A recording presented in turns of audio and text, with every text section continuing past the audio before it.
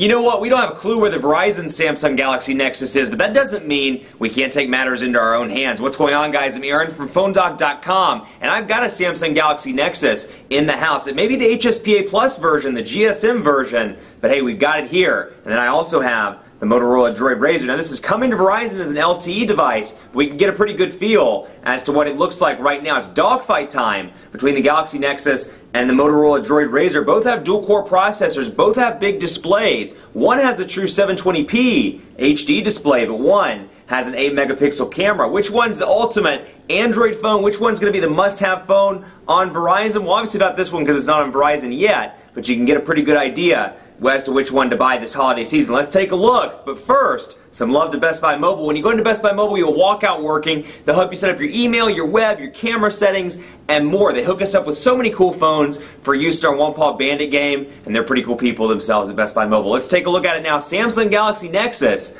Motorola DROID RAZR.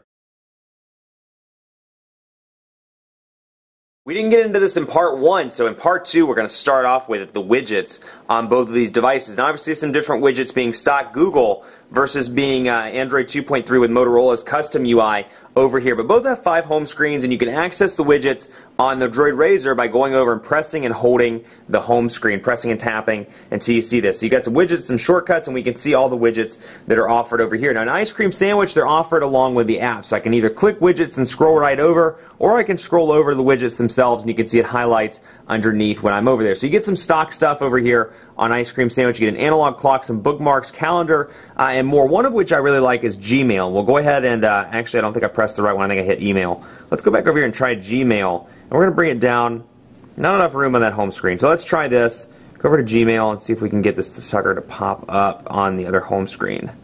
We'll do it right there. And what I like is that, like the tablets, it's they're dynamic widgets. I can view more conversations here with Old Man McTweety, for example, and I didn't mean to hit the send. I don't know what's going on with this with my touchscreen accuracy today, but we'll take a look here and go back into widgets and load up Gmail again so you can see what I'm talking about. So we're going to go over here.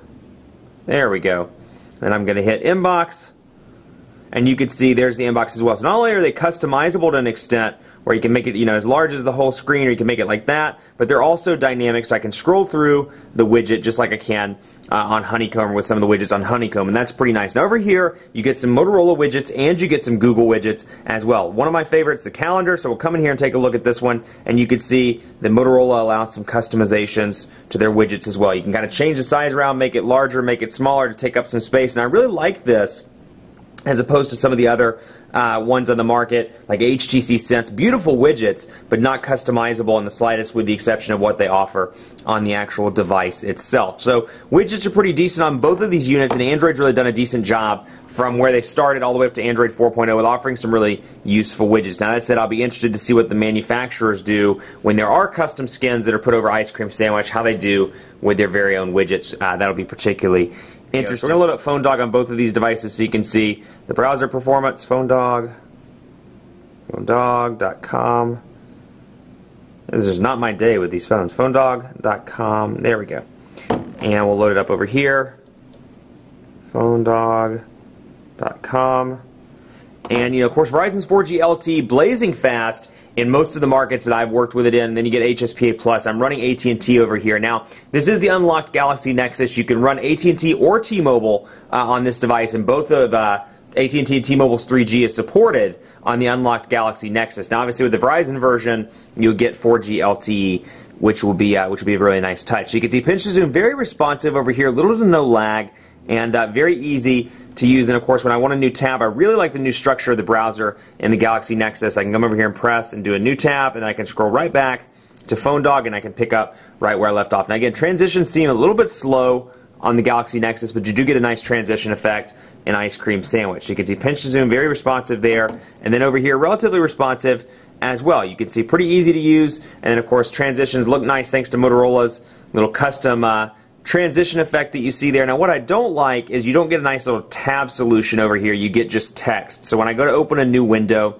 and I come back, you can see PhoneDog, you can see Google, but it doesn't give me a preview or show me where I left off or anything like that. So that's kind of a downer. But anyway, pinch to zoom, relatively responsive. Now where you'll get the benefit here, it's a larger display over here. You get a 4.65 inch display as opposed to a 4.3 inch display. And you could argue that, you know, some of that screen space is taken up by the on-screen buttons, but still, I find that with media consumption, browsing the web, listening to music, checking out music videos or YouTube videos, it's much better to do it on the larger display. So it comes in really handy on the Galaxy Nexus when you're doing stuff like web browsing, where I can pinch to zoom all the way out and see most of the page from here. And that's a pretty nice little feature on this device. So let's go into the tests without further ado and do those really quickly. Quadrant standard and speed test.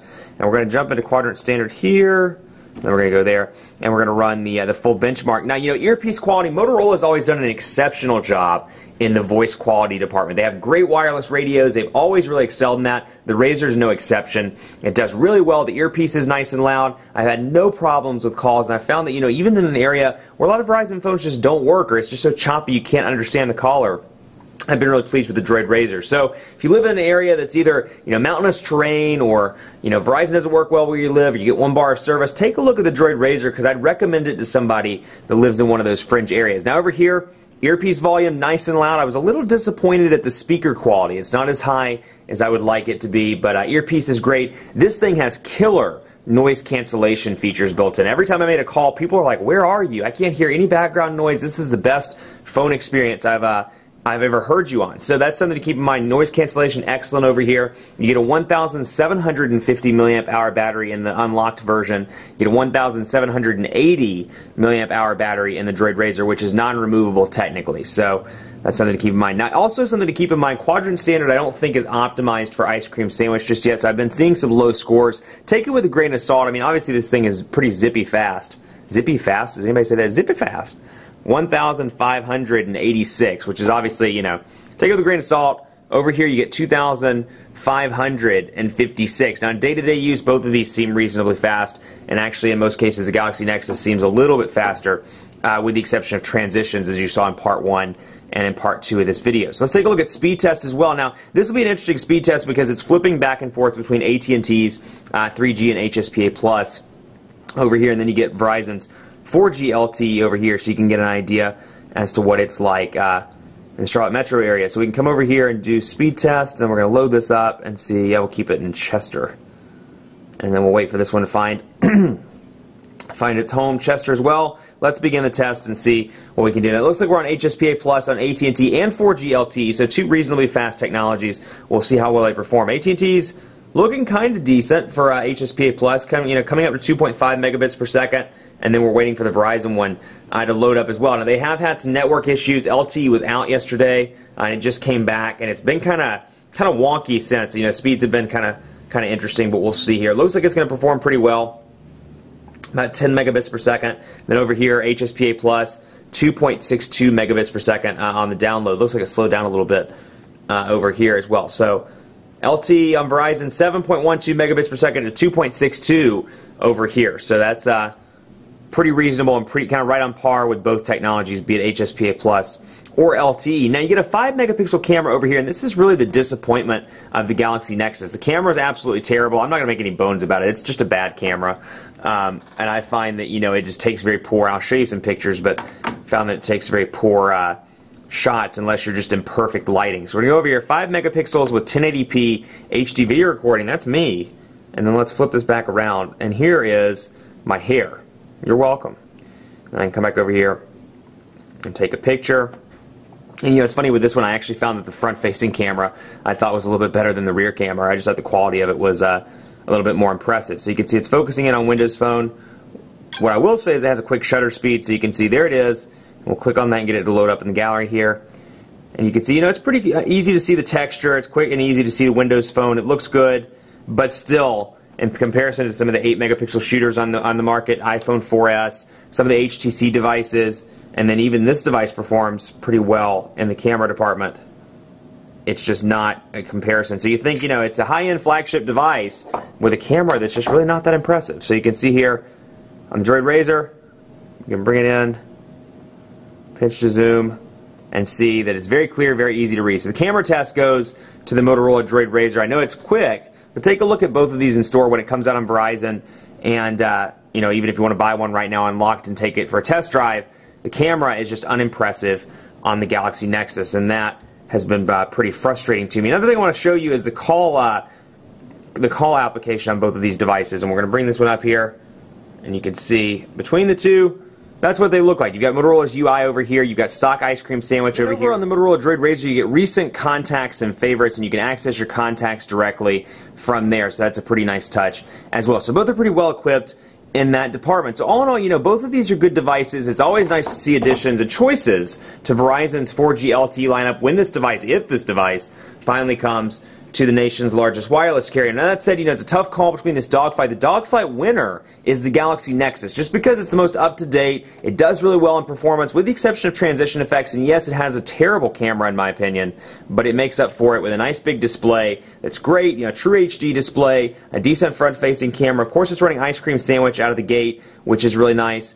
And then, you know, the one downside of this is I don't feel ice cream sandwich is that consumer friendly. I think things like combining apps and widgets serves to kind of confuse the customer. So if you're watching this, and you're probably watching this as a, you know, high-end Android user, the Galaxy Nexus is the winner of the Dogfight, and that's going to be the one for you. Now, if you're coming into this and you're like, you know, I'm just getting a smartphone for the first time, I want something that's pretty easy to use, I still think the DROID RAZR is the easier device of the two to use. I think having a carrier or a custom manufacturer skin installed is a benefit. I think this one's easy to use. It's very responsive. In terms of speed, you're going to be happy with either one of these, and I think the design of this is pretty impressive. It's 7.1 millimeters thick. So good in design, great on the camera front, but you know, running on an older version of Android, over here you get the latest and greatest, but a poor camera. So it's up to you to decide. Much more coverage to come on PhoneDog.com with both of these devices. Like us on Facebook, Facebook.com/PhoneDog. We're always, you know, giving away stuff. We're chatting on there with you. We're just cool people to talk to. So like us, Facebook.com/PhoneDog. Let me know what you think. You have the DROID RAZR. Maybe you got the Galaxy Nexus unlocked, and you love your particular device. Let me know. Hit me up on Twitter, PhoneDog_Aaron, and on Facebook at Facebook.com/PhoneDogAB. Thanks so much for watching. More coverage, more dogfights with both of these devices. So stay tuned to PhoneDog.com. We'll see you next time.